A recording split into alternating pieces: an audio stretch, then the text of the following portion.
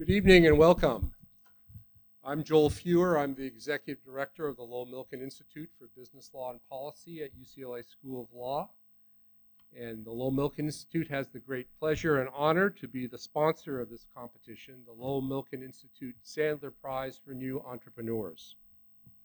This is our 7th year of the competition, and I just want to take a moment to talk about the goals of the competition. I think there are really 3 main goals that we have.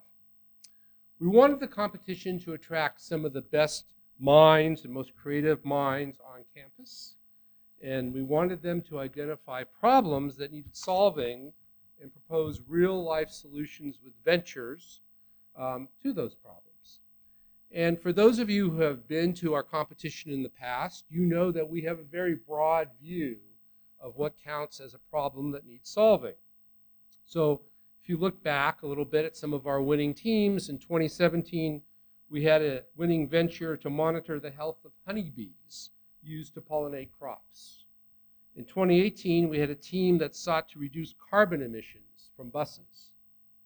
In 2019, we had a winning team that developed a state-of-the-art night guard for people who grind their teeth, a company that is still quite active and in business. In 2021, we made an award to a team that developed a toothbrush that did not create plastic waste when it was disposed. And you can read about last year's winners in our program for this year. So that was our first goal, to really energize and activate creative minds on campus. The second goal was to create, it was really to focus on our law students. We know that many of our law students have their own ideas for a new venture, and we're thrilled when law students propose new ideas for a venture. And UCLA Law has had a very, very strong tradition of law students, law graduates, who have gone on to become important entrepreneurs. But in many cases, law students just become lawyers, and they have to work with people from the business school, from the engineering school, from the medical school, from all over. And so this competition gives them an opportunity to try out their skills of working with others who are not judges, who are not lawyers, and who are not law professors. And finally, we felt that the competition should emphasize a set of skills that are valuable not only to law students, but to students in all kinds of areas. And in order to be successful in this competition, students have to practice and master the following skills: collaboration, research, analysis, persuasive writing, and, as we will see tonight, persuasive oral presentations. So let me say we're very excited about this year's final round. We started with 15 teams. The judges in the first round narrowed the field to 6 finalist teams, and those are the ones you'll hear from this evening. Each team will have 7 minutes uninterrupted to make their presentation. They don't have to use all 7 minutes, but 7 minutes is the max. And that will be followed by 8 minutes of questioning from our 3 judges. So let me introduce our judges. First, on the far left there, maybe you can raise your hand, Ken Hayes. Ken is the Executive Director of Clean Tech Open, the world's largest clean technology accelerator program. Since 2005, Clean Tech Open has worked with over 1,800 early-stage clean tech innovators, helping them develop their business models, engage investors, and secure first customers. Ken is a venture partner and co-founder of Canyon Creek Capital's Fund 2, a VC fund focused on Southern California tech companies from seed to Series A, with more than 40 investments since August of 2014. He's the Director Emeritus of the Pasadena Angels, where he was responsible for operations of this 100-member group, and he continues to focus on deal sourcing, mentoring entrepreneurs, and performing due diligence. In the center, Jen Richard. Jen is a principal of Bonfire Ventures, a leading early-stage venture capital firm that invests in B2B software companies at seed stage. Prior to joining Bonfire, Jen has been an operator in 3 venture-backed startups, 2 of which she was on the founding team, and saw 2 of them through through successful exits. She is also a Kauffman Fellow, which is one of the more prestigious fellowships in entrepreneurship. And finally, but last but not least, Michael Filton. Michael is another entrepreneur who has turned into a venture capitalist. He's the managing director of Act One Ventures that invests in business software. Michael is returning, I think, as his third time as a final round judge. And more than that, Michael is a very loyal Bruin who's been involved in the UCLA Venture Fund and who has been a huge supporter of UCLA entrepreneurs. And most important to me, when I was completely in the dark and trying to create this competition, it was Michael who reached out to me and provided me with great advice and lots of assistance that I still rely upon today. So Michael really helped make this competition successful. And finally, before we start, a few thank yous are in order. First to Lowell Milken and Richard Sandler for their vision in creating and supporting this competition.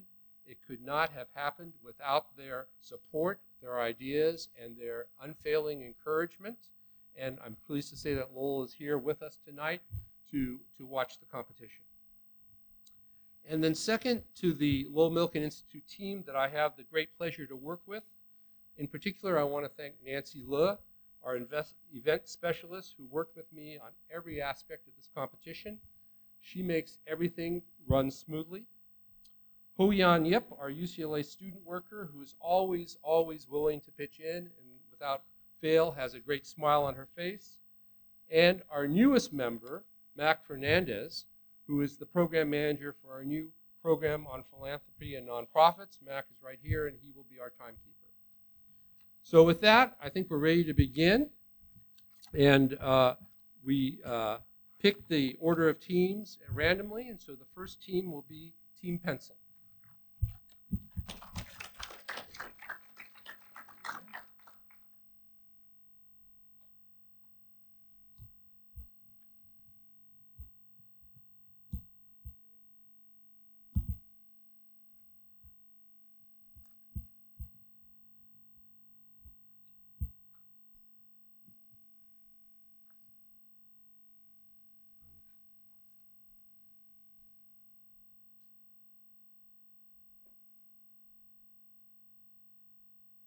Hi everyone, my name is Kyle. My name is Charles. And I'm Alex. And we're part of Team Pencil. Before we continue, in project finance, when a project pencils, that means that it's met its financial need in its budget. According to Bloomberg, the energy transition market is worth $554 billion globally, not including China. That's a massive, once-in-a-generation opportunity for us to do something that can do more than just make money, can have a real, tangible, positive impact on the world. So what does this look like in the U.S. on an annual basis? For one example, 7.2 million heat pumps will be installed in U.S. homes every year in the coming years. Now the thing is, governments are incentivizing these projects with tax credits, with rebates, and project developers are expected to understand these on the ground. They do time-consuming manual reviews. It can take 30 minutes to just determine and answer a simple question of what incentives apply to my solar project. This can increase complexity significantly, especially when you add in additional technologies like battery storage systems. And it's not scalable for project developers to have to do this over and over and over again. So we think that there has to be a better way. Introducing Pencil, a single interface that collects and organizes all government incentives for energy projects.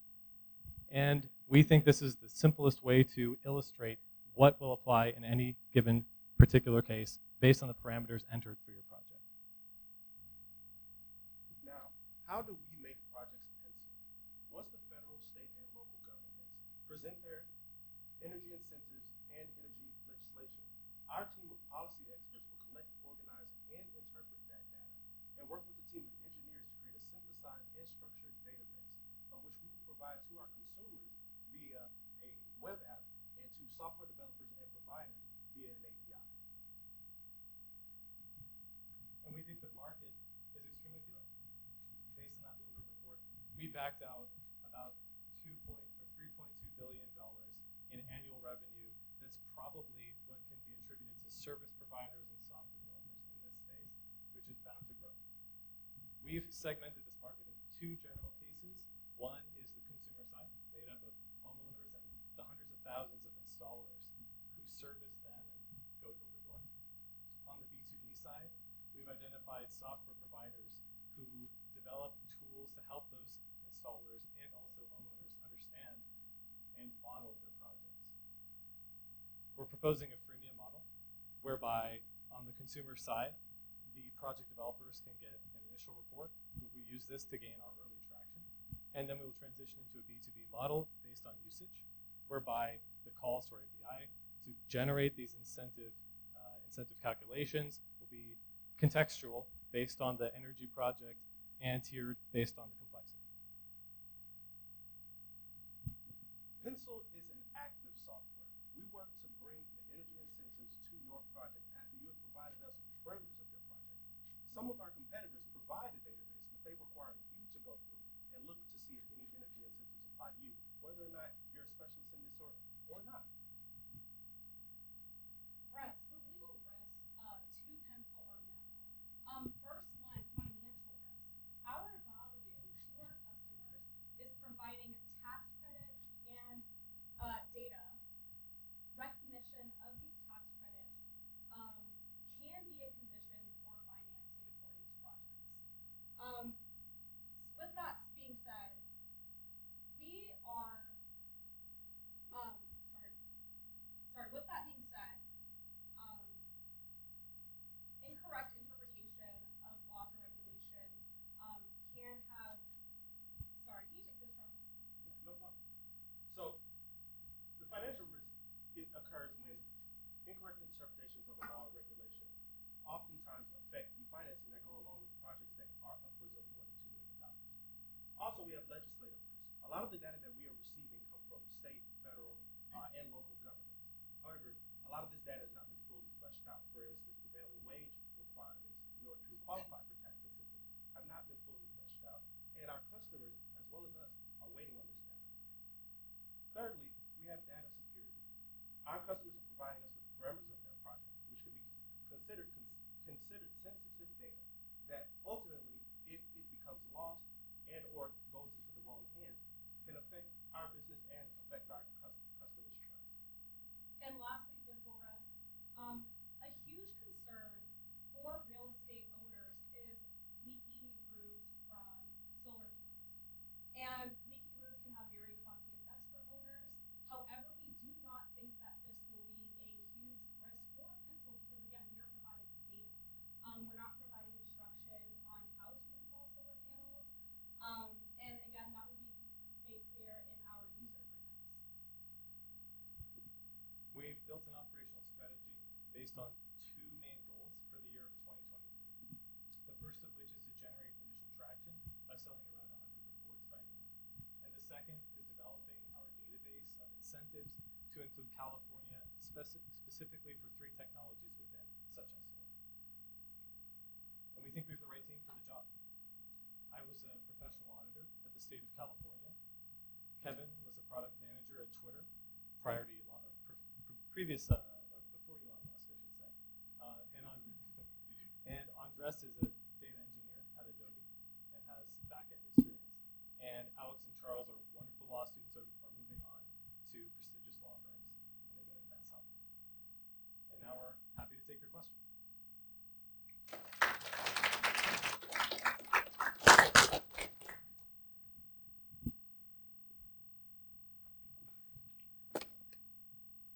You want to start?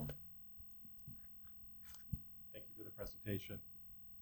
Could you maybe expand a little bit more on that last slide and telling us kind of the motivation of why you wanted to do this and why you're the right team to build the best company of this type out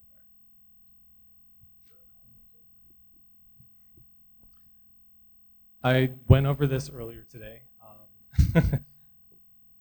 When you're an auditor for the government, a lot of what you do is testing. So you'll make a spreadsheet, enter in a ton of things called criteria, and do all that manually. I've read laws and contracts and stuff. I've never been a lawyer, but I felt like a lawyer, and it took forever. Spent months doing that. So it's kind of like silly, but there had to be a better way. And realizing that a lot of these project developers we've met are doing the same thing, or they have full-time employees doing the same kind of task, seemed really inefficient. Personally, I would never start a company unless it had an impact of some kind. And so for me, this is where we bridge that gap. So that was a great presentation, thank you. I felt some of the pain of this personally, so totally resonates. One question I have is, as you were going through the market opportunity slides, there was one that kind of lost me, and it's who are you building for? So I saw that there's, the consumer homeowner opportunity, there's the contractor opportunity, and there's the software providers.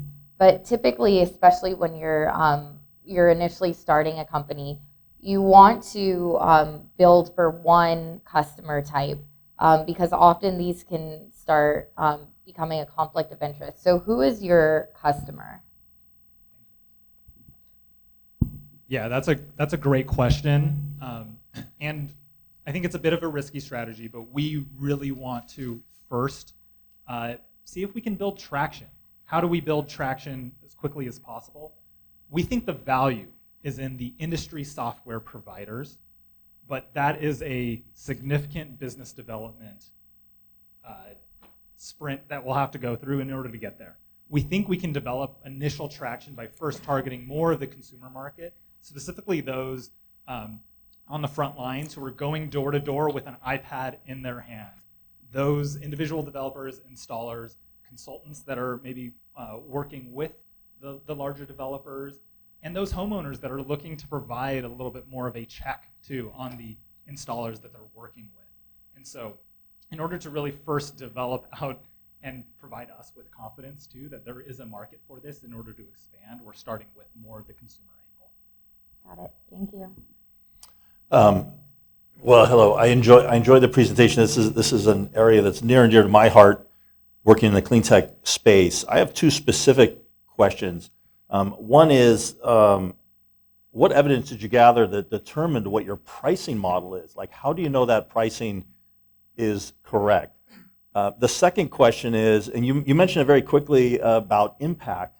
I'm really keen to see what you modeled in terms of the impact of this business beyond just taking advantage of solar subsidies, things like that. Like, what's the impact on our climate? What's the impact on underserved communities that need to implement? That, I think, would make your case a lot stronger.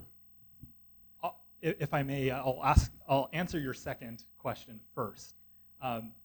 One of the challenges with all of the available incentives, rebate programs, et cetera now, has been a lot of the IRS guidance that has not been very clear. A big part, as I'm sure you're aware, Ken, with the new guidance from the IRS is additional adders for lower and middle income communities or communities that have been traditional energy communities that are now being affected by the transition away from fossil fuel, coal, oil and gas, et cetera. And by making these tax incentives, rebates, et cetera, much more available and understandable and putting it into the hands of those on the front lines, we think we can have impact through the deployment, the more rapid deployment of new technologies, solar, wind, refurbishing old O&G plants to take advantage of the transmission lines that already exist with that infrastructure. So our motivation is really about accelerating the transition by bringing transparency to it rather than just purely profiting and taking advantage. I'll transition to question number one around pricing. Our pricing was informed by a couple of different ways. One was speaking with project developers and installers that we've had the fortune of developing relationships with. The second is trying to price competitively by balancing, one, what are API businesses like today? How much are they charging? How much throughput do we think that is actually going to happen on a per project basis with the value that we know we're providing to those companies. It's a tough balance. We know it's not perfect. This is what we plan to go to market with initially to test, but we feel like we'll learn quite a bit once we do get to market.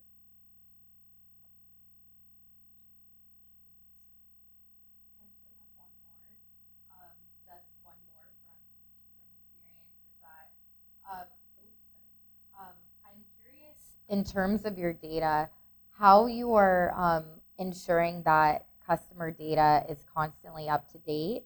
Less so from a, I know that you have this slide, but sometimes the regulations will change over the course of a project. So you'll start in 1 year and then December, January, new regulations go into effect. And so something you might have been eligible when you started the project are no longer, you're no longer eligible. And so how are you mitigating that? I will turn it over to our policy. That is a great question. A lot of the time, when you have some kind of, especially a regulatory change, the agency in question will put out some kind of notice. They'll put out a notice for public comment. They have some period for comment. If for some reason they don't have that or it's extremely short, they continuously update the public with that information. But update the public usually just means like a blog post equivalent, basically. So we actually think that this is a value creation opportunity where if we get really good at finding where Department of Labor publishes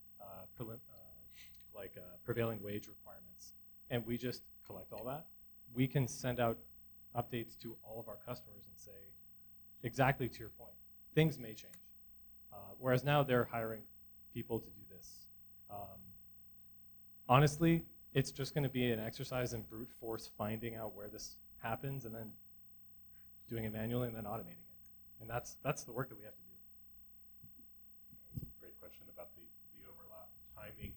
But I'm also curious if you can speak a little bit more here to how you're going to actually structure that data. Have you had a chance yet to kind of go in and figure out how do you structure it in a way that you can get the data out efficiently, because it's a lot of information, and then structure it so that it's going to be usable on the other end? Yeah, great question. We've done very basic diagramming of the schema and the mapping out the different endpoints that we envision for our APIs. But without getting overly into the weeds of how we're going to structure the actual output of each incentive, it's going to, I'll say this, it's going to include a level of curation that we believe is where the value is in truly understanding what these incentives mean and allowing us to apply that on a bespoke project basis. So hopefully that's helpful. It's less the lean back, try to interpret myself what this incentive is all about, more the descriptive, active application that we're trying to provide with the data that we're structuring.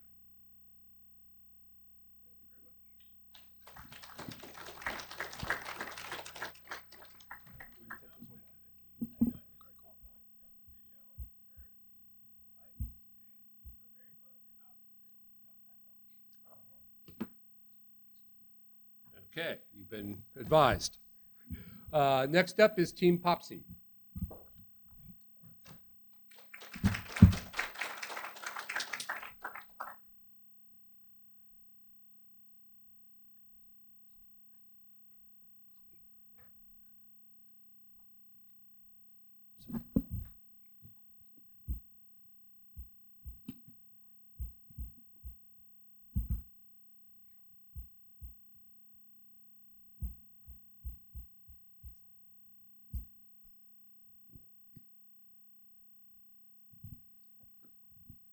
Good evening, everyone. Thank you, judges, and thank you, UCLA. My name is Veronica Pellegrino. These are my teammates, Drew Everts and Catherine Meek, and we are Team Popsy. I want to begin by allowing everybody a brief glimpse into my life as a registered nurse at the bedside.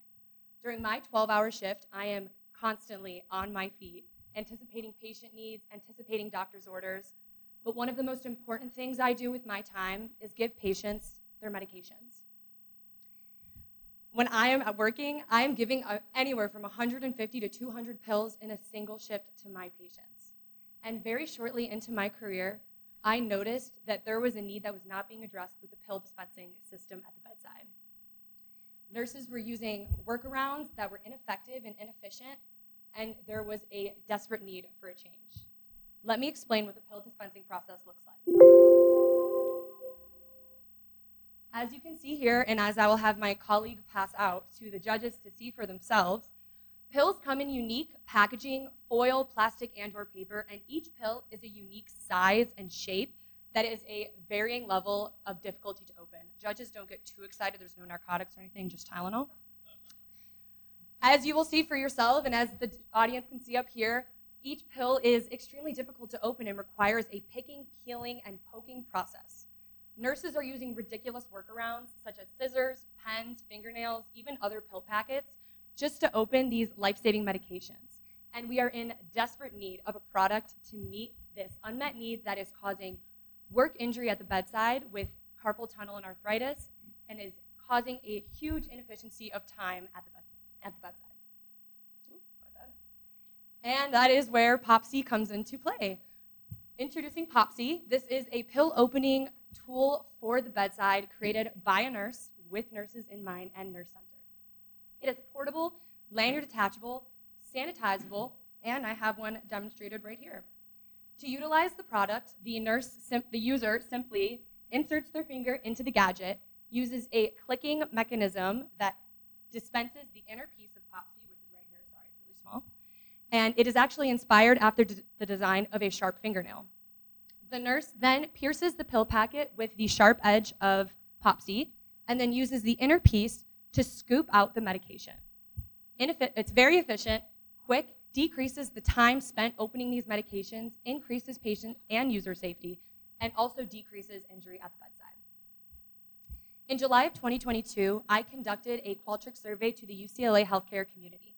We had over 526 nurses respond to a series of 8 questions where I basically just asked if nurses were currently utilizing a product that does what Popsy is designed to do, if they've noticed finger and hand dysfunction at the bedside, and if they'd be willing to use a device like Popsy. And as you can see here, the results are astoundingly in favor of Popsy, with more than 93% of nurses saying they would be willing to utilize a product like this, and with of the 14% that said that they were currently using a product to open pills, I asked a follow-up question what they were using, and all of the responses were either scissors, pens, or I don't know.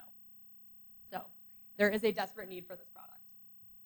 The market opportunity is amazing as well. Initially, Popsy is going to target the U.S. inpatient hospital nursing population, which is estimated at 2.9 million. We would love to eventually branch out and reach to all healthcare staff within the United States. And Popsy also has the ability to go beyond the bedside and eventually target anybody within the United States who uses and opens medications daily. As you can see, the market is very big. So for marketing strategy, Popsy is planning to heavily utilize digital marketing as well as social media and as well as brand ambassadors to help push their product. As for you, as you all know, TikTok, Instagram, Facebook are great ways to push the product's name and to increase its bottom line. However, word of mouth goes a long way in the medical community and for the nurses at the bedside. So such companies as Figs and Clove are great examples of this that have utilized this word of mouth methodology to help boost their companies, and they're now multi-million-dollar companies. Popsy is looking to eventually emulate this and reap its benefits as well. So operations, currently where we're at and where we are going. In fall 2022, Popsy filed its provisional patent and now has a working prototype, as Ronnie just showed you guys. And so we are currently going to be going through beta testing with that and wrapping that up by Q3 of 2023, along with hopefully our first round of real funding. We're going to be utilizing that funding to come and bring this product to market using an advanced marketing campaign. And then in Q4 2023, we're going to be hopefully going through production.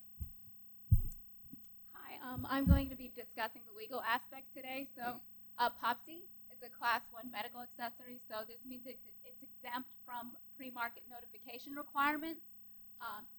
Ronnie is actually a named inventor on the provisional utility patent, and she's going to be filing a non-provisional patent within a year. The company's going to form as an LLC, and it's going to be filed in California with non-dilutive funding. We're interested, we believe we can achieve the profitability to obtain funding through grants or through angel investments. Now, one of the more fun aspects of POPSI is its ability to be customizable.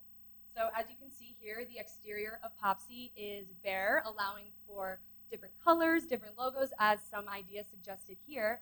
And eventually down the line, if POPSI were to sell to entire healthcare systems, that said healthcare system could maybe place their logo as an excellent opportunity for branding, but the individualism of this product allows for a lot of customization and a lot of fun for the nurse user experience. POPSI has an incredibly strong team behind us, as myself, a registered nurse, and with Catherine's extensive experience in IP law and Drew's 15 plus years in engineering and our amazing advisors through the biodesign program. We have a great team behind us that have the passion to push POPSI to where it needs to go. And we are also seeking a capital raise of $100,000 to help us with sales and marketing, as well as pushing R&D to further test our prototype. POPSI was conceived on the back of a report sheet that I drew one day after another one of my fellow nurses had to go on medical leave due to her carpal tunnel. And I believe in POPSI, and I hope now you do too. Thank you.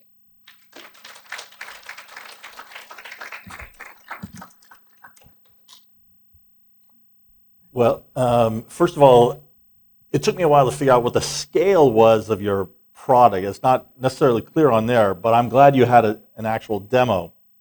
That's really good. My question, and I was fortunate to be an early investor in Figs and made a lot of money off the fact that they figured out how to tap into a customer group segment who was very passionate about the clothing and the tools that they need. So I like that you've done your research there.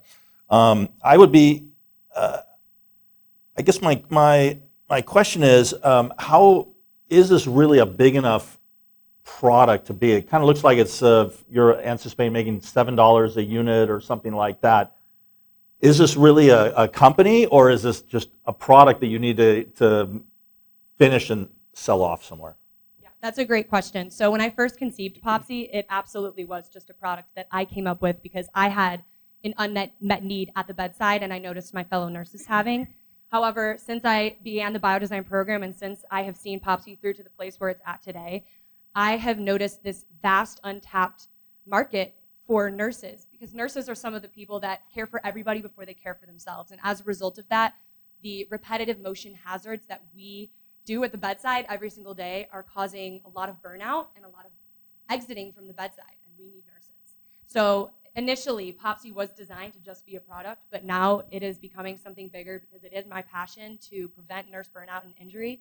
And I believe every nurse should be using a POPSI. The decrease in injury and the increase in efficiency in and of itself is testament enough alone to the need for this product. And I think beyond, POPSI will be a nurse burnout prevention company that will be creating more devices and more tools such as this to help prevent that issue. Thanks so much for the presentation. Great work, and definitely understand the need for this. My question is, what influenced your decision to go direct to consumer versus more B2B, having hospital systems buy thousands at a time?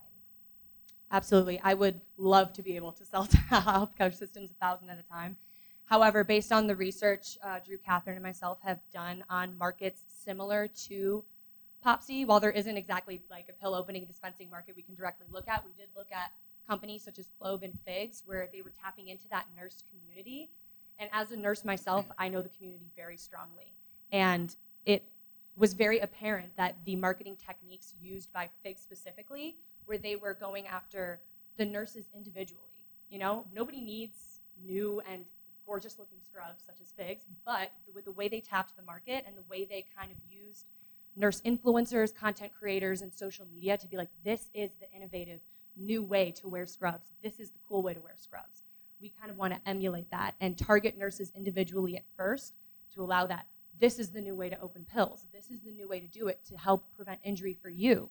And once we get that data and we get that steam rolling, then we would love to be able to eventually sell to healthcare systems and maybe down the line make Popsy a required product for all healthcare workers. It's always nice to see the direct relationship between the problem and you're experiencing it in your daily life and creating the solution. And that understanding goes such a long way. I had two questions. One relates on kind of the legal side and the other is kind of the product. When we start on the product, you have a prototype there. I've got a pill here that I can't get out. Can you demonstrate it working, or is it? Yeah, I actually have a pill here. I was trying to figure out how I was going to do it. I wasn't sure if the prototype was ready or not. Yeah. So we're still in beta testing. So this is the most recent prototype. I have 2 other ones that were varying levels of bad, but this is the best one we have now. So simply, the device has this sharper edge right here, and it slices like so, like that, and then you simply scoop the product out like that. Except it's standing up. There we go. Like that. Okay, thank you for doing that. Yeah, no worries. And then on the legal side, two kind of parts to this. One is you're suggesting creating an LLC, but you're also planning on raising money. And I was wondering why the LLC structure, if you're planning to raise money, since that creates some complexities for certain kinds of investors. So yeah, Popsy is ready to file an LLC tomorrow. Currently, as I'm in the beta testing right now, we are really focused on just perfecting that prototype. And I also wanted to get a lot of industry feedback from judges such as yourself when entering these pitch competitions. As a staff member, I work with the design group through UCLA. And while I am the sole inventor, they take a portion of the revenue and the sales. So currently, Popsy is seeking non-dilutive funding and angel investing right now just to kind of get off the ground. And then once we're profitable, definitely down the line, seek VC funding and all that kind of stuff. Did I understand the FDA part correctly, which is you don't need any approvals for this kind of device? Yeah, it's great. The FDA has a lot of information saying that Class 1 medical devices actually don't need to go through pre-market notification, which applies to something like a stethoscope or a pen light, and that's Popsy's exact category that they're in. And we did that legal work with the help of Catherine. I have a comment. Actually, the FDA approval is a double-edged sword. I've learned as an investor, because if your product does require FDA approval, that actually can provide a barrier to entry towards competitors. And I would be concerned in this case how easy it might be to copy the design, even if it's approximate or something like that. In my mind, this is kind of like a thimble from the old days of sewing, right? It's kind of like that kind of utility. And so I don't know, it's not really a question, it's really more of a comment. I'd be somewhat concerned about whether it'd be too easy to copy. Yeah, we're very proud of our patent that we've secured, so that should definitely create a barrier for any other companies that want to come in and try to copy it. But yeah, I don't know if you want to say anything else about that. Yeah, and with the capital raise and the non-dilutive funding that we're seeking, we want to hire an IP counsel team to help us refine our provisional so that once we file the fixed PCT, we're able to have as much wording encompassing the product as possible to really like seal that nobody can even come close to this product. And there's other aspects to Popsy that are going to differentiate it and set it apart. It's going to be made out of material that is able to be sanitized and is safe to use within the healthcare system. It's designed specifically for the nurse in mind, and like we said, we want to really hire like that IP counsel team to just help us like seal that in.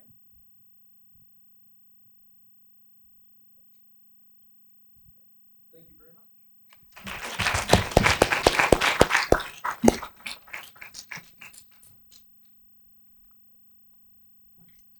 Okay, our third team is Team Anycase.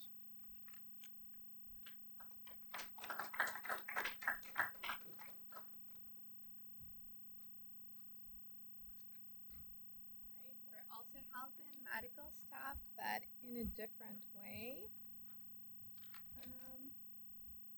Let us give it a try in case it doesn't work. We have a PDF backup.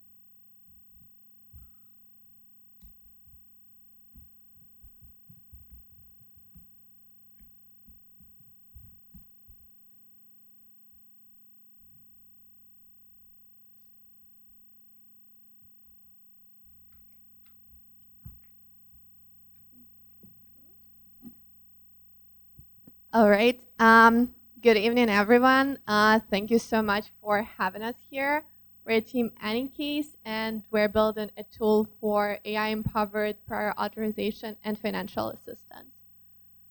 First of all, let me tell you what the prior authorization is. So this is a process that was set up by insurance companies to ensure that you're not getting a treatment that is not medically necessary, but ultimately to save their cost. So now healthcare providers are required to submit forms to insurance companies to prove that something that you are being prescribed with is medically necessary. The process is very burdensome. On average, medical staff spend 13 hours per week doing prior authorizations. It delays patient care, and it also leads to physician burnout and to nurse burnout. As you can see, one of our interviewees pointed out, you really need to know how to game the system in order to get this request approved. Otherwise, it gets denied, and the process becomes really complex and really long. Another problem that we discovered during our research is that even if prior authorization is approved and an insurance company agrees the treatment is medically necessary, it's still likely that the patient may not be able to afford a copay, and it becomes a significant burden for a physician who can't get the medication that the patient needs to their hands because they simply can't afford it. And as you can see, even copay as high as $50 per month can easily make some patients not to take a drug. I've been through this. This problem is near and dear to my heart. I'm Ukrainian, and when I was a kid, my grandma needed a very expensive cardio device. And I remember my parents choosing between paying for my brother's college and paying for the device. So I would not want any child or any adult to feel like I was. And the surprising thing for me was to learn that in the United States, in such a wealthy country, more than 1 million Medicare beneficiaries are expected to die over the next decade because they can't afford their medication, let alone people who are uninsured or even the ones with commercial insurance. So what we built is Anycase, and Anycase has a few components. The first one is prior authorization, so it goes through the patient medical records, sources all necessary information, and personalizes this for a specific insurance. And I can explain why it is important. And the other part is financial assistance, helping patients to find programs and can cover copay or even get the full cost of the drug. So let me explain to you how the process works now. Meet Rex. Rex has commercial insurance. He's a 63 years old patient, so he's not in Medicare yet. And he shows up, explains his problems, and his physician wants to prescribe him with a medication that is supposed to lower his risk of a heart disease.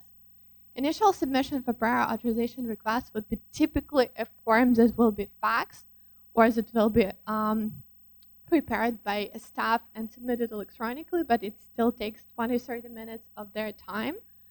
And then these requests are often prepared by people who are not MDs, not nurses, who don't have necessary background, so quite often they don't include information that is needed. The request is denied, and then we have to appeal. Appeal means that the physician has to write a letter to the insurance company and then to schedule a peer-to-peer call with their doctor, which is very hated because it's typically a doctor from a different specialty, so oncologist reviewing a pediatrician case or vice versa. It's also costly in terms of time, and all this time, patient is not getting treatment. So with our product, we're able to get the initial submission fast and get it right so the denial doesn't happen. But okay, so this is wild. So if you've been on the internet in the last week, then you've probably heard of ChatGPT, which is... There is still a denial for a Lowell drug. It can still happen. This is a viral TikTok about ChatGPT writing a denial letter. The problem with this is that it just makes up facts about the patient, so you can't really submit that to the insurance company. But it's working, and our technology creates medical summary as a part of its process. So we're able to get an appeal letter that actually has patient information. So this is an actual example. And as I mentioned, we also have the program that aggregates financial assistance and creates like a very easy interface to apply for those financial assistance for patients. In terms of the competition, I know we're running out of time.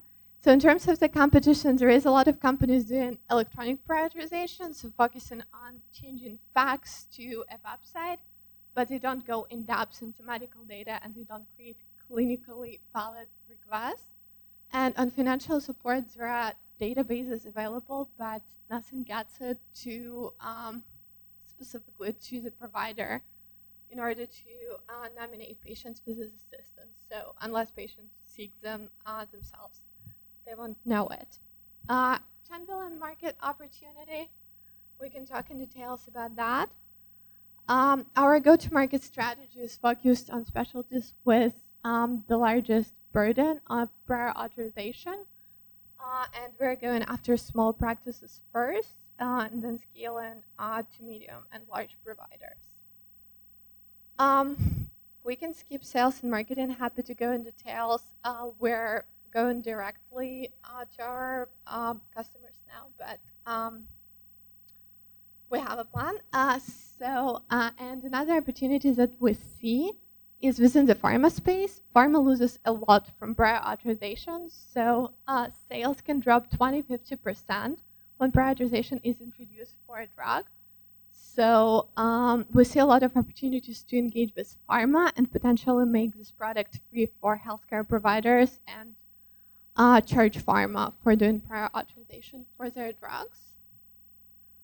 Our financial model is $10 per patient subscription, $10 per year, and that will cover everything the patient might need. And of course, this is paid by a provider, not by the patient directly. And I will turn it to Anna to talk about the legal side. So Anycase is formed as a C corporation for VC funds and other investors to take advantage of tax benefits, essentially. So it is essential for Anycase to comply with regulation, specifically for protecting patients' electronic personal health information, and as well as telemedicine regulation to obtain appropriate consent from patients. The AI will also need to be certified. It's important to note that the AI, that while AI can assist with the preparation of documentation, humans must ultimately be responsible for the accuracy and completeness of the information being submitted, and all electronic signatures need to meet legal requirements. We have also documented various contractual relationships we will need, and we have also prepared to file for trademark registration, and will rely on copyright and patent protection to protect our intellectual property. A few words about the team. So we got a wonderful team composed of MBA students, PhD in health policy and management, and our two wonderful law school students. We also have a technical team working on the AI model, and we're finishing our big sprint on Friday. So we have a working prototype, and we have an advisory board that consists of executives from United, a late-stage startup, and a neurosurgeon. And we also have Dima, who's helping us with AI part. And I'm myself a former engineer. And in terms of the timeline, we started working on this spring 2022. We had our prototype already in August. It allowed us to have some customers signing up for pilot. We got $60,000 from AWS in a form of non-dilutive funding, which allowed us to finish our AI prototype. And we are going to have an MVP ready by May, and we will be testing it with our pilot customers. We will be fundraising. We're planning to fundraise $500,000, but we got AWS willing to invest up to $350K, so this will go down for venture funding, and we will be mostly raising venture funding to close it out in sales and marketing.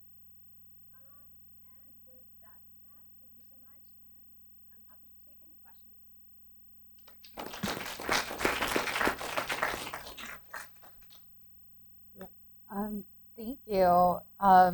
So my question is around the data ingestion you need to train the model. So I noticed on the slide you said that you never have any appeals, which when you compare that to the first slide that says that basically, medical staff has to do voodoo to avoid, to avoid getting rejected. How are you so confident that your model is so accurate? Sure. So, okay. So the goal here is to personalize it to the specific insurance. And to give you an example, for neurosurgery, some insurance would want to know, like, if a patient is a smoker, you don't include it, you get denied, even if the surgery was actually needed. And then you have to go through this whole appeal process. So what we are doing is we have a tool that allows us to decompose different insurance criteria, what is medically necessary. So criteria for United will be different from the criteria for Cigna, for example. And the key is to have it personalized for their policy. And then we have an algorithm that gathers information from the patient record and says, like, oh, so you have this criteria, this is what we have in the patient record. So it's that prevents denial, not only put in like information about the patient in general. So that's the core of the product. And for data ingestion, we take it from the EHR, and we have another tool that analyzes documents, because a lot of the data is in clinical notes, which is unstructured, so we need that tool. Did I answer the question? Yeah, that did. Thank you. Thank you. I have the feeling that the insurance company's AI is just going to be talking to your AI, because they're also using AI to interpret all this. But my question is, what customer discovery did you do, or do you need to do, to identify how customers are going to adopt this technology? Like who the actual customer segment is, what value propositions you're solving for them. How much have you done, or what do you think you need to do in that area? Yeah, we've done over 200 interviews, so we took it through a capstone, and in the MBA, we've done a lot of primary and secondary research before. So we were debating a lot, actually, between providers and payers. And the reason why we chose providers was because it's a classic machine learning problem, garbage in, garbage out. So often the problem is on the provider side. They did not submit everything that they had. And now insurance company AI can't approve it because they don't have this data that was supposed to be there. So there are companies that are doing AI for insurance. We think that there is more value on the provider side. And in terms of value proposition, it's mostly time. So the customers that wants to pilot this, they have 6 physicians and 4 people working exclusively on prior authorization. And in order to hire more people, they need to grow admin staff too.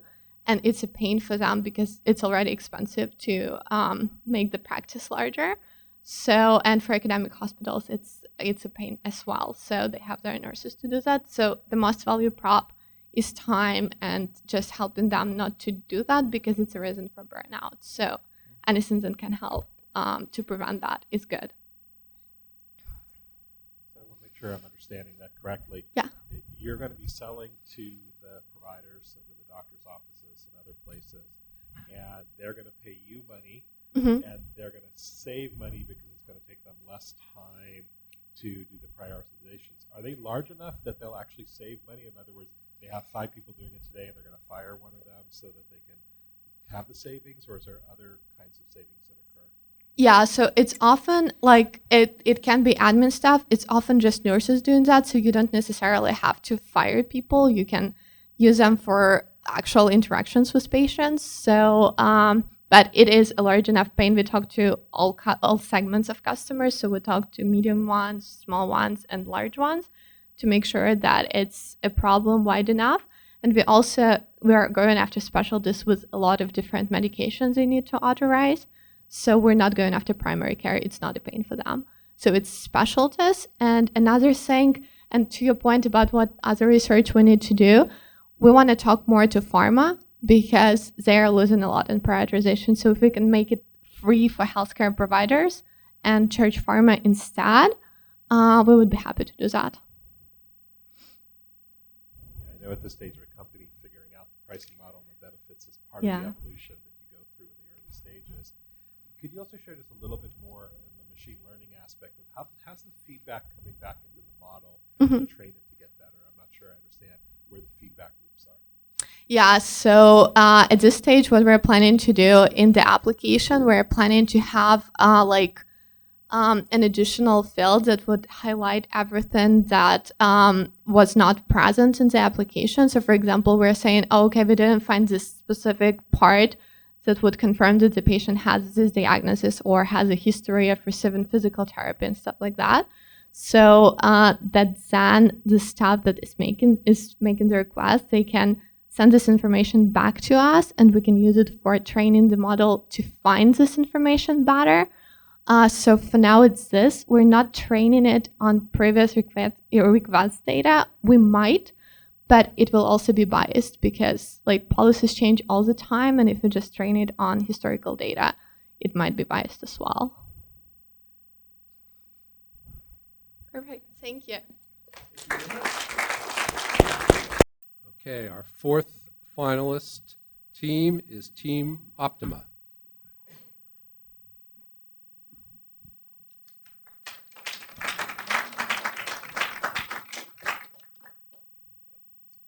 Good evening, everyone. We're Team Optima, and we're building tools to scale collaboration in Web3. You may have noticed over the past several years that consumer brands have been launching NFTs. From fashion companies, apparel, entertainment, sports, and media, these industries are leaning in on the potential of NFTs as a new way to engage their customers and also just to explore a new revenue stream in an increasingly digital world. Now, as this is a new area for these companies, they rely on collaborations and partnerships as they launch their NFTs. They partner with digital artists, NFT communities, and on a practical level, this helps them lean on that sort of technical expertise and leverage the existing fan bases that those communities have. Furthermore, it presents them as authentic in this space and shows that it's just not a corporate cash grab. Now, with these collaborations and partnerships, they're organized through a revenue share agreement where all of the parties involved in these NFT collections receive some share of the revenue, both in the primary sales and then also on the ongoing royalties that are in perpetuity on secondary sales. Now, this creates a painful headache on the back end despite the upfront success for three main reasons. The first is that NFTs are transacted in cryptocurrency, which does not sync with their internal payment systems. Second is that the payment execution is currently slow. They need to issue transactions individually, one by one, for all of these vendors, which is in the dozens and hundreds for some of these companies. And lastly, it's a very manual process. There are employees at these companies who are calculating the royalties in spreadsheets and CSV files, which is not only disorganized, but also opens up room for human error. This is where Optima can help. Optima consolidates the revenue and billing management for these companies and provides them with real-time performance tracking, automated billing, easy bulk payments, and reliable internal reporting. With Optima, these companies can apply a more sophisticated lens to this new business unit. They're able to modernize their payment system where they automate the calculations of these royalties across hundreds of partners and are able to disperse payment all at once. Additionally, with our real-time data, they're able to identify emerging trends and really see around corners so that they can make data-driven business decisions. And lastly, Optima allows these employees to get back to actual high-value strategic work while we handle the 1099 generation, the invoicing, the payment confirmation. So I've talked about NFTs, payments, cryptocurrency, and I'm sure that your minds have gone to security concerns first, which is great because that's top of mind for us too and one of our advantages in the marketplace. We are a non-custodial solution, meaning we will never custody the funds, we'll never hold the crypto. of our clients, and their wallets will always be in charge of approving any outgoing transaction. Additionally, we're using secure open source tools that have been audited and tested in the open market. So now that we've covered the product, let's get to the market. Optima is a billing and revenue management software, which is a market that's projected to grow globally to $37 billion by 2030. We are focused specifically on enterprise-level companies that are interested in adopting crypto in the next 2 years. Currently, this market is $34 million, and we see this as a high-growth area with potential to expand into small and medium-sized businesses.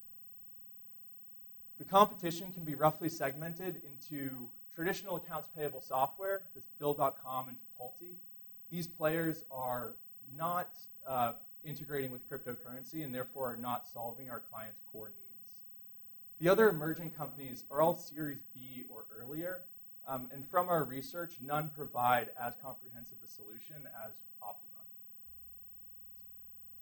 We'll start by offering 2 basic tiers of monthly subscription, $500 for the basic package, $800 per month per license for the premium package. We'll additionally have variable pricing for a $50 increase for every additional NFT collection that these brands decide to launch. With all of this, we expect to be profitable by 2026 and reach revenues of about $15 million in 2028. Now I'll pass it over to Shani for the risks and mitigations. Our team has identified 5 key risks that we'll be facing, the first of which is security. As discussed, we have an open source system, and our program complies with some of the strictest regulatory schemes out there. Another risk is that we have a long sales cycle, meaning that from the first point of contact with the client up until closing, it's a long, drawn-out process, especially because these clients will be recurring customers. Therefore, we're going to hire a dedicated sales lead in order to manage this process efficiently. Another concern is volatility. So what we do is we have a subscription-based model that ensures recurring revenue, which makes our income stream a lot more predictable. In terms of anti-money laundering and know your customer laws, we have developed a comprehensive internal policy in order to be in compliance. Lastly, in terms of banking regulations, since Optima will not be a custodian of any currency, we don't actually hold any funds as an intermediary. These don't apply to us. And finally, I'd like to introduce our team. First up, we have RJ Grant, our founder and CEO, who has experience in the healthcare sector with accounts payable and partnerships. Then we have our tech team, our lead engineer, Mauro De Giorgio, who's been working with startups for over 20 years, mostly recently with Fanatics, a sports collectibles company. Additionally, we have 2 overseas developers, and then back to our UCLA team, we have myself, Abby Neufeld, as well as Shani Cohen, acting as legal researchers. We're both in the business and tax specialization at UCLA and have a personal interest in startups. So with this team, we think that we have the ability and the drive to execute on our mission and are excited to get started. Thank you.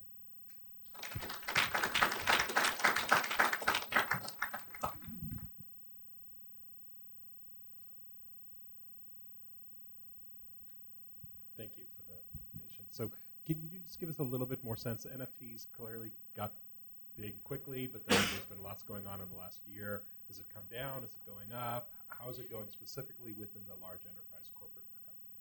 Yeah, so I totally agree that the prices ballooned to a bubble and now have come down to more reasonable levels, but that hasn't stopped the participation of these brands. So 86 brands in just Q1 of this year have launched their first NFT collection.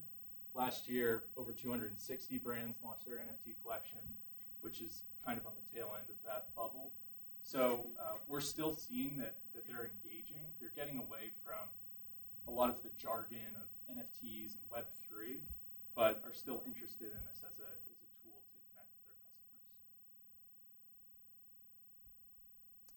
their customers. Thanks so much for the presentation. We're actually, we led the seed round for Gilded, so I know a little bit about the space and what you're building.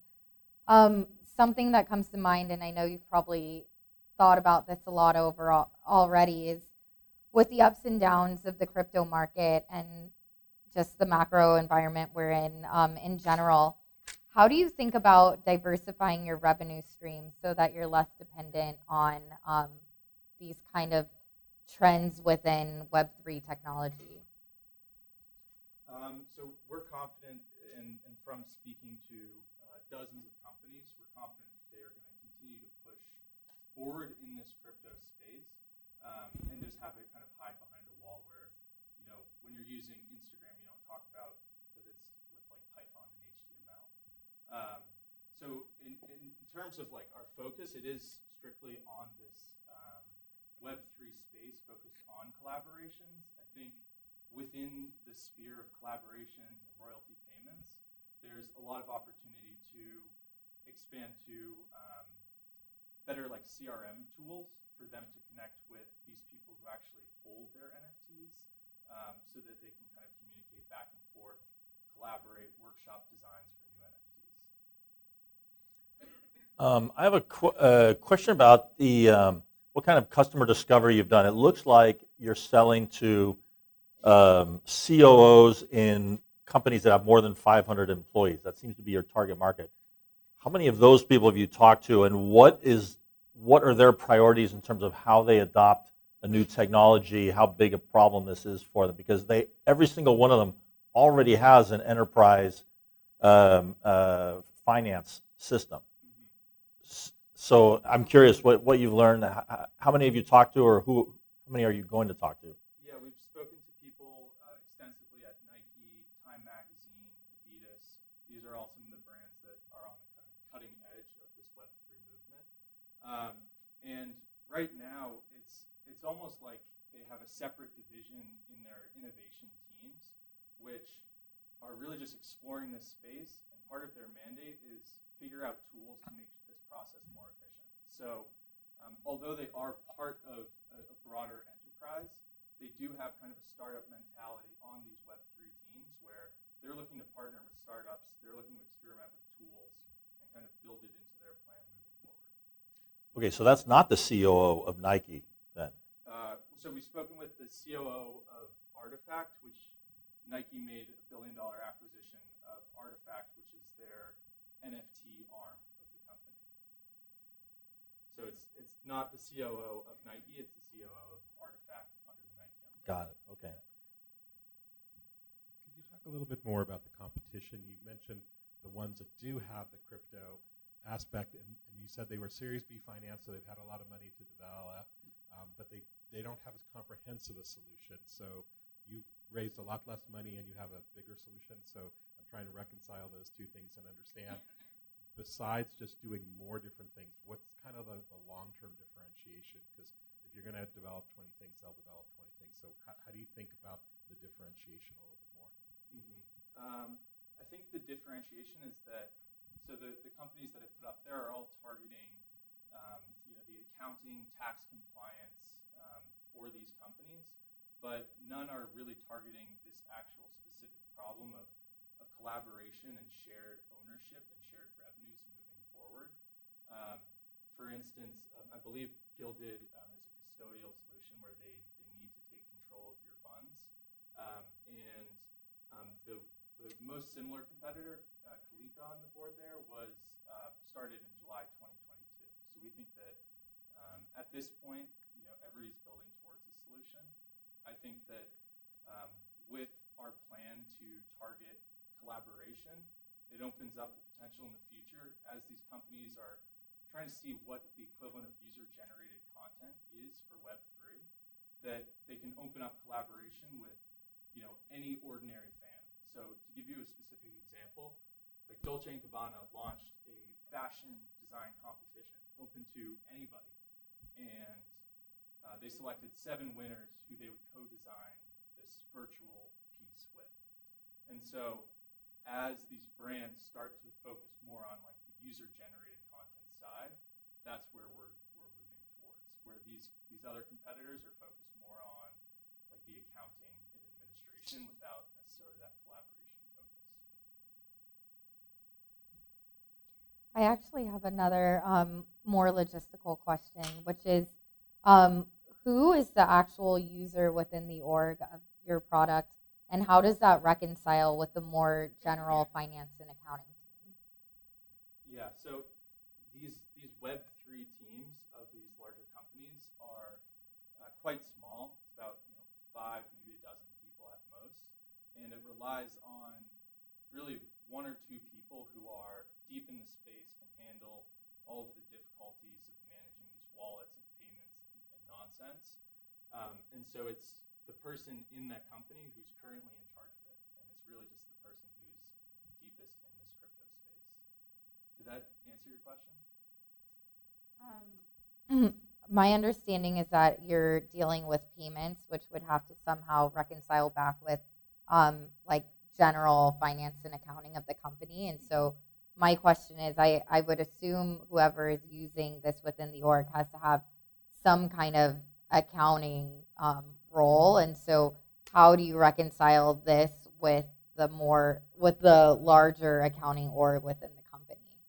Yeah, so using the example of Nike, it's really somebody on their operations who's dealing with preparing a clean spreadsheet based on direction from the CFO on what the columns need to be, the certain data fields that need to be given, and then they have a once quarterly meeting where this operations team on the NFT side of Nike prepares tear sheets and a presentation that they then give to kind of the traditional side of the business, the CFO and the COO. What was the logic or evidence that you gathered to justify the $500 a month pricing? Yeah, I think it's discovery pricing. Like, I think that once we enter the marketplace, we'll probably experiment with a couple different things. $500 per month is a combination of both cost-based pricing, what we need to be profitable, as well as value-based pricing, looking at how many hours we estimate we save these companies on an ongoing basis. I think we're out of time, but thank you.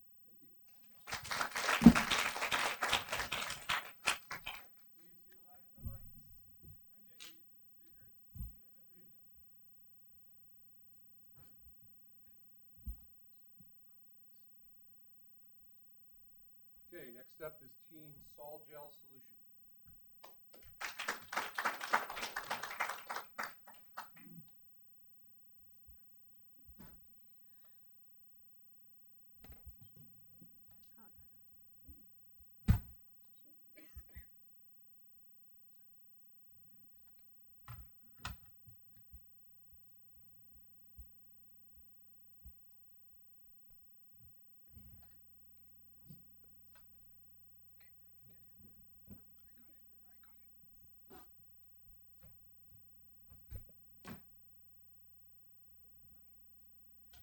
Hi everyone, my name is Patricia McNeil and today I am representing Sol Gel Solution, where we make transparent, lightweight, and affordable insulation.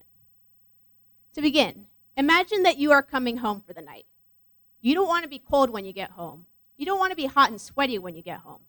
You want to have a comfortable living condition. But heating and air conditioning can be expensive. That is, of course, unless you have top quality insulation. However, the window is actually the most difficult component to insulate in a building. And the US wastes almost 20 megatons of CO2 just from energy loss through windows.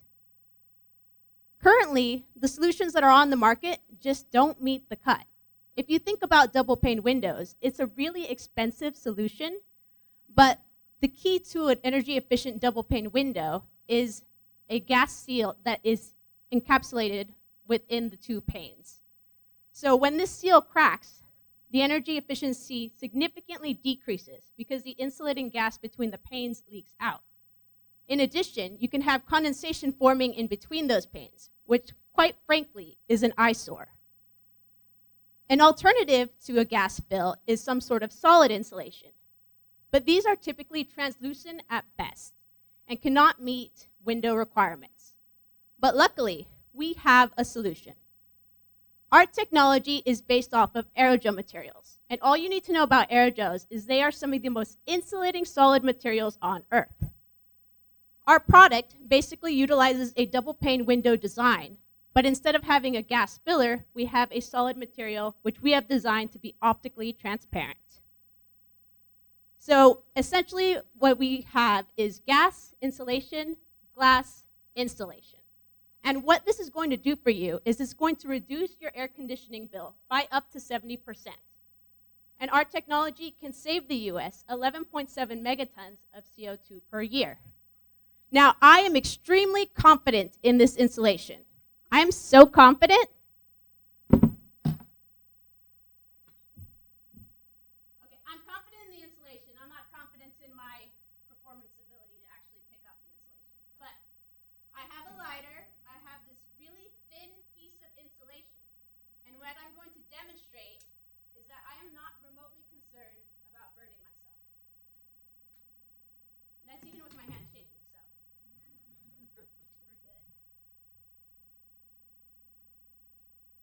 And the Department of Energy is so confident in this technology that they actually gave UCLA a $3.2 million research grant to explore this technological space.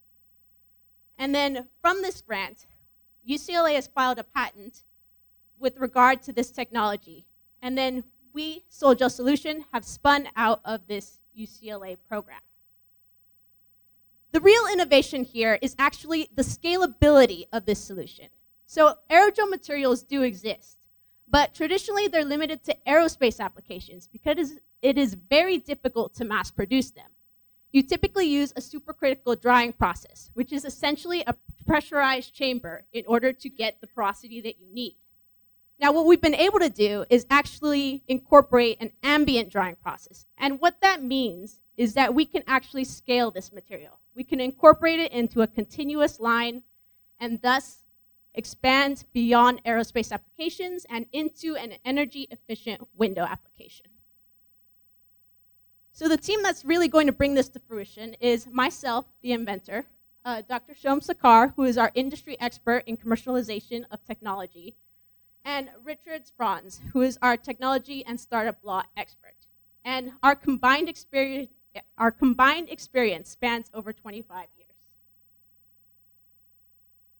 In case you're wondering, this is a really large market. So the absolute total market would be the global thermal insulation market. So that is a $65 billion market. And then if you dilute that just into building insulation, that is also significant. And then our entry market is just the energy efficient windows market. So that is about a $16 billion market. And this is really driven by clean energy initiatives and also consumer interest in energy-efficient technologies. Now, how does this compare to other technologies which are on the market? As I mentioned, for double-pane windows, you frequently see failures. In fact, about 50% of your double-pane windows will fail within 15 years. This is a significant number, and there's really no way to fix this other than completely replacing the window, which was already a really costly endeavor.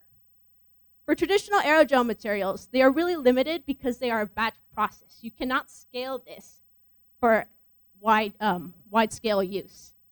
So our solution is the only technology that really combines all of the positive aspects of both transparent insulation, scalability, without failure. In terms of the intellectual property, UCLA did have a patent. So we intend to exclusively license UCLA's patent. In addition to that, there are some trade secrets to the ambient drying process. This is something that I've developed through my research, and this is something where I have the scientific know-how. And additionally, there are patent opportunities associated with the scale-up process and film design. In terms of our go-to-market strategy, we plan to partner with some key universities such as UCLA, and Shom also has a connection with the University of Akron, which has also a manufacturing arm. And then we plan to tap into the California testbed system as well as the LA Clean Tech Incubator. And finally, I also plan to capitalize on personal relationships with Cardinal Glass Industries and Nippon Sheet Glass, who I have already interacted with through my UCLA work. The main channels that we're going to go through in the short term is partnering with window manufacturers and suppliers, And then we are going to focus on selling to window manufacturers who will then get these energy efficient windows to the end user. And then to give you a little bit of an idea on the cost of this material. So what went into this is I basically took apart the different chemicals that go into it, the price of the 2 glass panes for assembling the unit, and the price just to keep the lights on in a facility. And what I got is about $10 per square foot. So when we compare that to a argon-filled double pane window, the cheapest price I was able to find was between $30 and $40 per square foot, and our target price would be about $20 per square foot. So we are higher performing and cheaper than the current state of the art. But we're not necessarily at a point where we are selling product yet. So currently we are emerging from the lab scale. So our funding strategy is first starting with lab scale up, which includes the UCLA Venture Accelerator, as well as programs like iCorps and Berkeley Labs. And then in phase B, we plan to pursue SBIR grants through the NSF and Department of Energy, as well as we've recently submitted a Cal C grant. And then finally, we can really focus on getting product traction. So at this point, we have something that can be incorporated into a physical prototypes. And then hopefully we'll make a real impact in the world. So with that, I would like to open up for questions.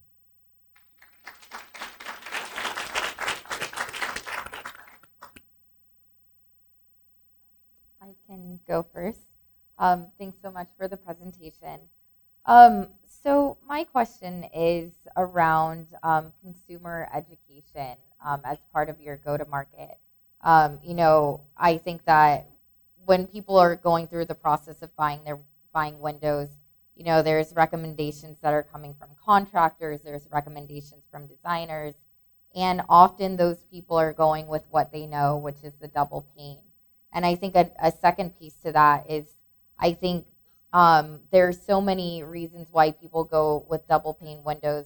Another one besides insulation is the concept of security, whether or not double pane windows are more secure or not. So I guess, how do you think about changing consumer perception and just getting people to shift to something that they don't know? Right. So if I go back a little bit, something I didn't really touch on was we also wanted to engage with architects and home builders. So speaking to what you said about people taking recommendations from those individuals who they consider industry experts, I think that's something that's really powerful that would be able to communicate to the end user. For me personally, I enjoy outreach. So I would be very happy to just go out in the community and talk to people about my technology and really share how it works on maybe a more social media platform, but I'm not good at social media, so don't quote me on that. Or I just want to expand on it. So this is still a double pane. It's just replacing the argon gas, which is not and substituting it with a solid material, which makes it much more durable. So that aspect of it is still there,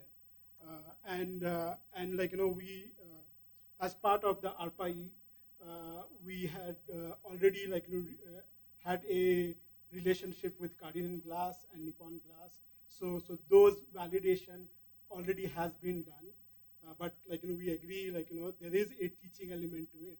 So one of the approaches we have is making a window as a product. But this other approach is a more of a retrofit, imagine a mylar film, which can be put on a existing single pane window.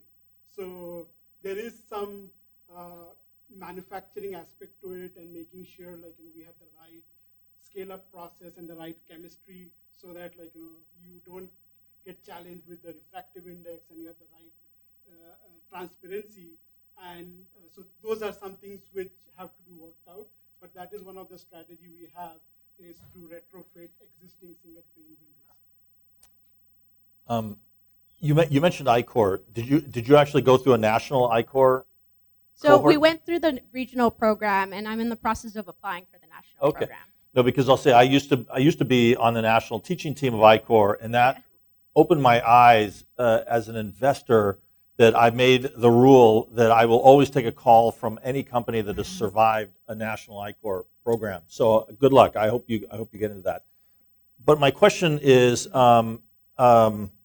with window technologies, how does a new window technology get adopted? Who actually makes the decisions? Probably not the homeowner, but what have you learned in terms of how you'll get this out in the world? Yeah, and this is kind of speaking to what Shom was talking about in terms of making connections with key industrial partners. So the decision maker would end up being somebody like Cardinal, where they make high quality energy efficient windows already, and they're looking for the next product which is really going to bring value to the consumer. So they are the actual decision makers in terms of this type of product being implemented, and then hopefully that translates to consumer adoption. And our approach will be like, doing some kind of JDA with them, joint development agreement with like, a glass company to get like, entry into market. And that is like, our first proof point, right, for this technology.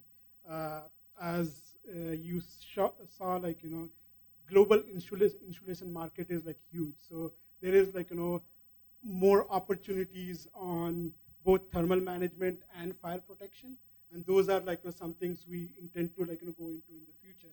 But we want to focus today on the like the glass or energy efficient windows market, since we have that relationship and like proof point for this technology. Great to see more things helping in the insulation and energy space. Am I understanding correctly, though, that the goal here is to make a product that's more reliable than the current double windows, or is there something that allows it to be more widely applied?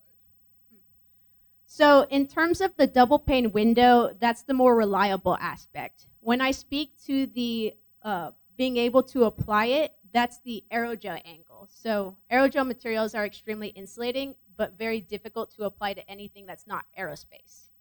So what I say in terms of scalability is that this insulation is now scalable and therefore can be cheaply applied to a new space. I'm not sure I'm fully following that. Does it still need to be between two panes of glass? Yeah, it's still going to be in between two panes of glass. So from the double pane window perspective, it's on reliability. Okay, so but you can't like just paint it onto a single pane window or anything else like that, right? So it's always going to be in between. So the first product is just on between two panes of glass. The second generation product, we want to focus on being able to just apply it onto a single pane of glass. There are some difficulties with that, though, because it is incredibly porous. So you don't want to have something that's going to get easily scratched. And can you hold up the prototype you have it there a little bit more for me? It looked very thin, and obviously I'm far away, but there is definitely some distortion if it's the part in the center. So if you could speak to why is that so thin? Shouldn't it have to be thicker in the double pane, or is that the right thickness? And then how do you measure opacity? In other words, how do I know that that's adequate for my home window? Yeah. So in terms of the thickness just needs to be 3 millimeters for the R value that we're trying to achieve. So that thickness is perfectly fine. And in terms of opacity, though, so the way that we measure it is through either optical transparency or haze. And the standard is optical transparency, that it's about 95%.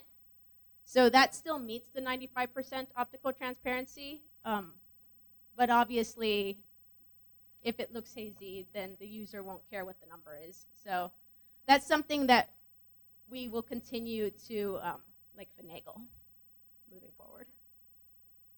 If I can add, like, one of the secret sauce here is the roll-to-roll manufacturing process. So this is the first time aerogels will be like manufactured in a typical solution casting method, which is used for making mylar films. So that is like the game changer here. And once you have that, like the material which is adding this value, then you just put it into like either you sandwich it between two panes of window, or you can like put it as a single film.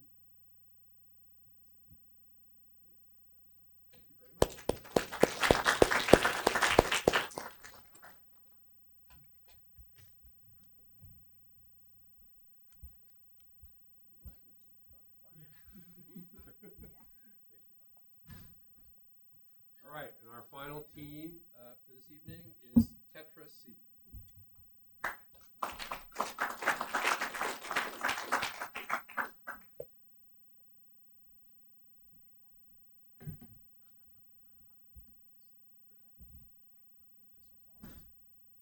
It's already uploaded. It's already uploaded. It's be uploaded, yeah.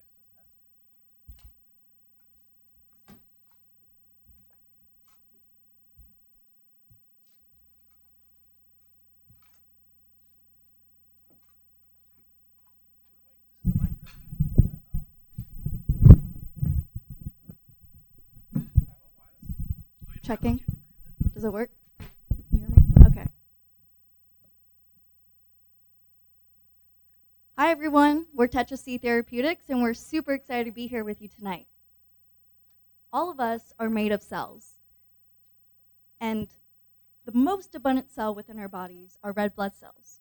And floating within these red blood cells are white blood cells. But when there's a mutation to white blood cells, they grow uncontrollably, causing cancer cells, leading to blood cancer. Blood cancer represents 10% of all cancer-related deaths in the world. 1.5 million people in the US suffer from blood cancer, and every 9 minutes, one patient dies. There's 3 main types of blood cancer, including leukemia, lymphoma, and myeloma. And every year, there's 186,000 patients that are newly diagnosed for blood cancer. It's been a 50-year battle with blood cancer, and there's been multiple treatment options, including radiation, chemotherapy, and stem cell transplants. But of recent, the biggest breakthrough to treatment options is CAR T-cell therapy. CAR T-cell therapy is unique in that it takes a patient's own immune cells and re-engineers the DNA to transform it to attack the cancer cells once it's infused back into the patient. There's currently 6 FDA-approved therapies, and the FDA submissions are expected to double by 2025. However, the patient journey for CAR T-cell therapy is quite complex, and the rate-limiting step is on CAR T-cell creation and expansion. We see a lot of limitations in the current system. Mainly, it's a very long turnaround time with complex manufacturing, and all of this leads to low cell viability and low scalability. Ultimately, CAR T-cell therapy right now is one of the most expensive treatments at $475,000 per treatment. To overcome this limitation, we developed a product named CellPresso. And CellPresso is a quarter-sized microfluidic device with the ability to treat the cells in a high throughput manner, which can be up to billions of cells per minute. And this is a video of operating CellPresso captured in real time. And each black particle represents a single cell. And you can see how fast these cells are passing through the microchannel within CellPresso. And our product is absolutely safe and with low cost. The manufacturing cost is less than $10 for each chip. And the most exciting part about our product is such a cheap and efficient approach can help increase the gene editing efficiency significantly by 7 to 10 times higher. But why CellPresso is so efficient and what's the secret behind it? We call it cell massage. First of all, if you want to achieve a successful gene editing, all the gene editors must have access to the genes. However, most of the genes are densely packed within chromatin, which would make it really difficult and lowers the efficiency. And what CellPresso does is, here, when the cell passing through the microchannel here, we do massage on cell nuclei, and the cell will feel more happy and more relaxed afterwards. And it will open up the chromatin and make the genes more accessible to the gene editors, and which will help increase the success rate of the gene editing. And here is a slow-mo video of the cell massage process, and that's the secret. And these 2 images can give you a better idea on how efficient CellPresso is. The blue dots here represent the cells failed on gene editing, and the green ones represent the success. And you can see CellPresso can help increase the success rate dramatically compared to the control group, which is not treated with CellPresso. And it will bring up the overall efficiency from 2% to 20%. But how can we harness the power of CellPresso and apply it to the current CAR T-cell therapy? Because we have a much higher gene editing efficiency, which means we can produce much more viable CAR T-cells with the same number of the cells we collected from the patient. And because of that, we can shorten or even eliminate the cell expansion step, and which can give us a much shorter turnaround time, which is critical for cell therapy. And in that case, we can scale it up and meet the patient demand and also lower the financial and time cost significantly. So therefore, we believe our product, CellPresso, can bring the current CAR T-cell therapy to the next level with much higher efficiency and much better affordability for all the patients.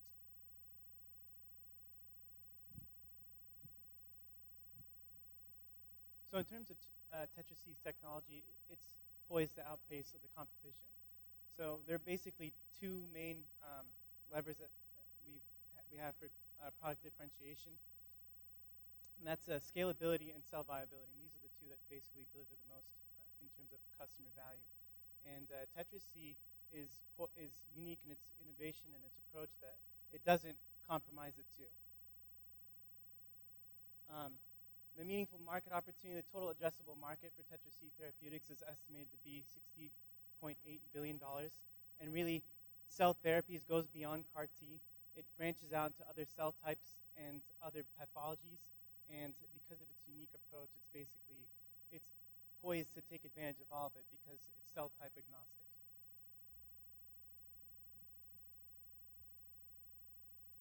Our initial go-to-market strategy involves us distributing our CellPresso research device to local manufacturers and labs while we're developing our commercial product. Followed by that, we'll plan to license our CellPresso technology along with our devices to CAR T manufacturers. One target we noted was Novartis, recently had a drug, Kymriah. This is a CAR T therapy, recently failed FDA trials. So I think we're perfectly poised to basically help them overcome this barrier that happened. After that, we'll basically start incorporating all our CellPresso technology into all these manufacturing sites. For example, these commercial manufacturing organizations, basically through licensure and through selling our actual product to them, these single-use devices, and then with a long-term goal of us becoming our own developer of drugs using our patented technology or patent-pending technology. This is, as Andy just discussed, this is a breakthrough technology. It's already been published in Nature. This is part of Andy's PhD thesis work. We've already sold prototype devices to multiple academic institutions around the country, and we currently have a $2.3 million grant funding this project to do more research. So because the current CAR T-cell therapy manufacturers are only meeting 20% of existing demand, we project explosive growth over the next few years for CAR T-cell therapy. And with this and our revolutionary microfluidic chip, we have exciting revenue projections aligning with profit margins that align with industry expectations. Now, we have several ambitious goals for the next few years. In 2023, we hope to incorporate as an LLC. I'll just skip ahead. We have several ambitious goals, which will eventually lead to our patent approval in 2025. We have a wonderfully dedicated team of scientists, industry experts, and law students that have the knowledge and skill that will hopefully take blood cancer treatment to the next level. Thank you.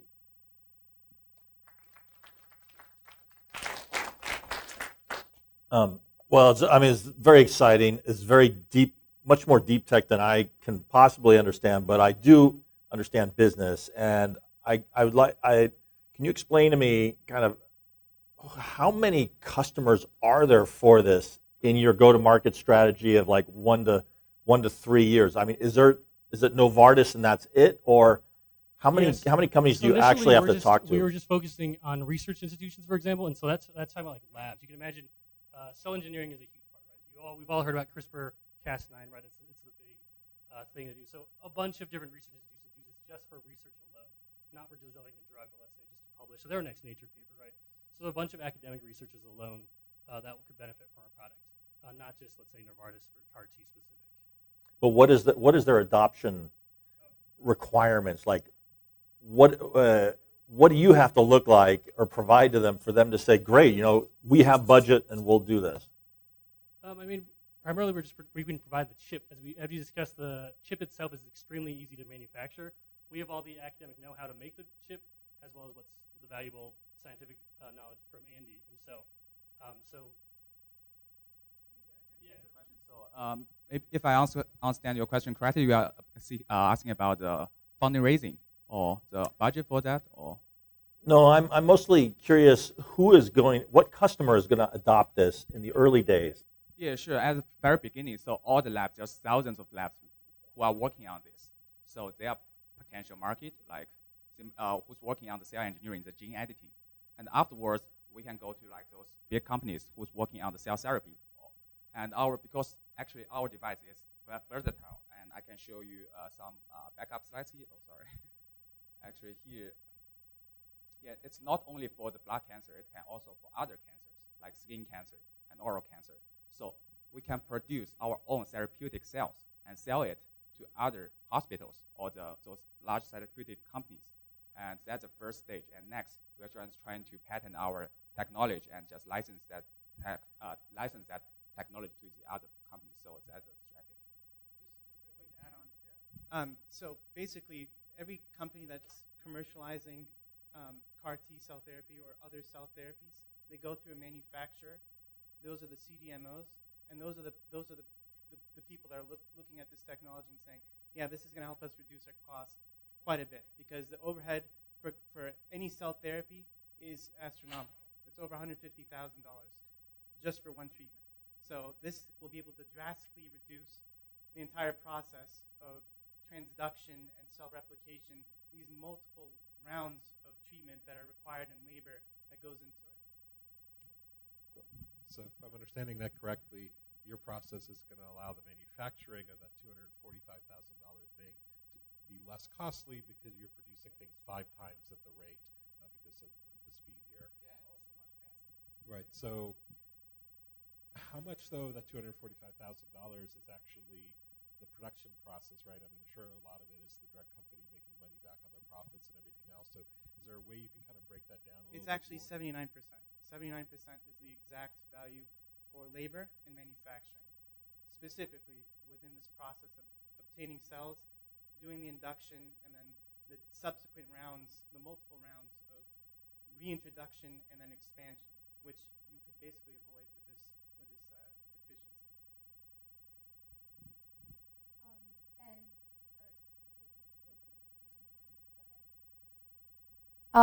So I have a lot of questions here, but I know we don't have a lot of time.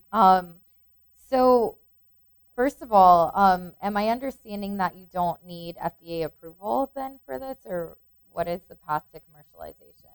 No, we would eventually do FDA approval for both the device and like any sort of drugs that we're a part of. Okay, so what is the next step towards being able to monetize this? And so that's one question. And my second question is, how do you test the efficacy of this without going through clinical trials?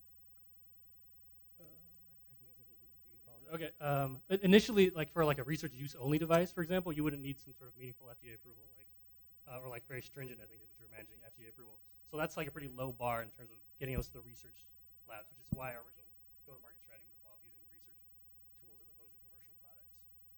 Got it. So that's that question. And there's a second question embedded in there? Yeah, how do you test the efficacy without clinical trials? So actually, for research, we do like something outside the body first, and then we do animal study. And this is the results of animal study we've already done. So these are the mouse model with different types of cancer, and treated with therapeutic cells we produced. And we can see the blue dots here, and the last group is the therapeutic cells we made with our cell presso, and the others are the commercial product. And we have a much better efficiency on killing the tumor with our therapeutic cells produced with our technology.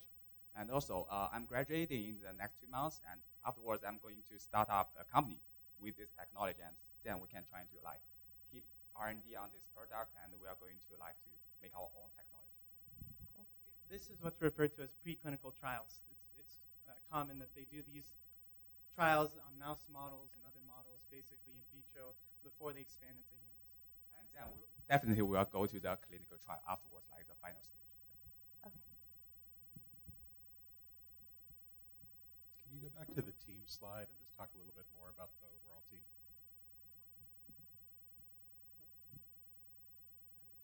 I can introduce myself. I'm Tony. I'm a new MBA student at Anderson, and I currently work as a senior marketing manager at Amgen, managing the psoriasis brand. My name is Shaq. I'm currently a JD candidate at the UCLA School of Law, and I formerly had a BBA in accountancy from Baruch College.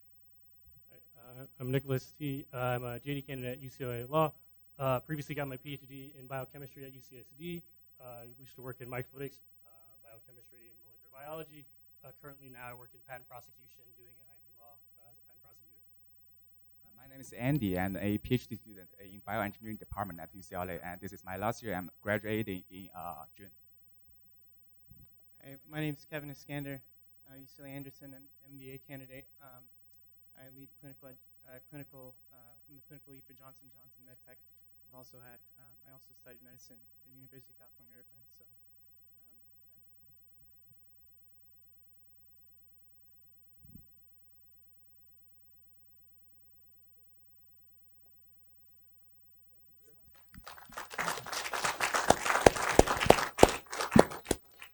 I know Ken Hayes has a couple words he wanted to say before we make Sure. the announcement. So. Yeah, thank you, Joel. First of all, to the entrepreneurs and the teams out there, thank you for the hard work. It was very clear going through their business plans and the videos that you all put in a lot of really hard work.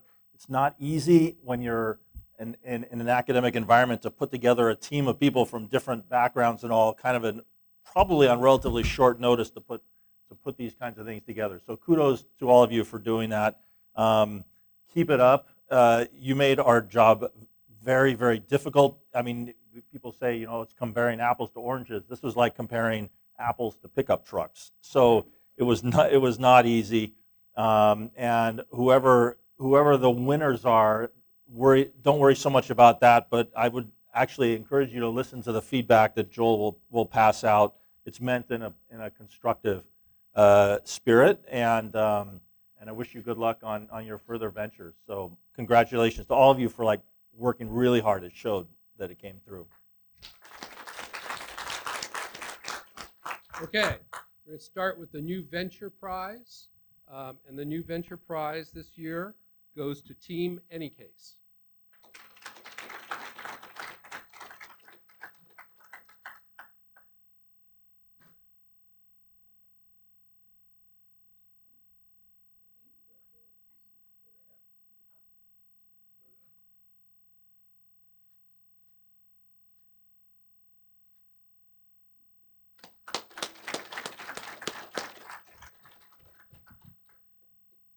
The second place prize goes to Team Popsy.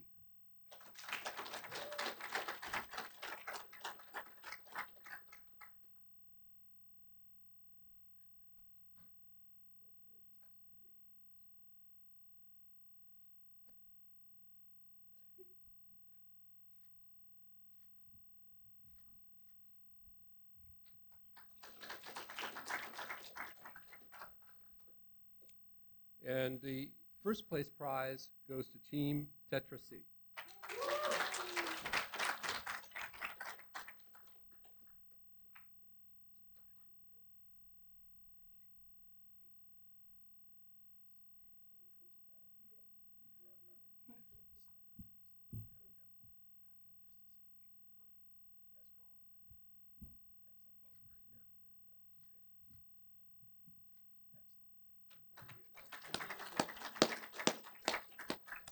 So I wanted just to say to all the teams, I had the pleasure of reading all the business plans this year, watching all the videos. It was a very, very strong year. You guys did an incredibly impressive job.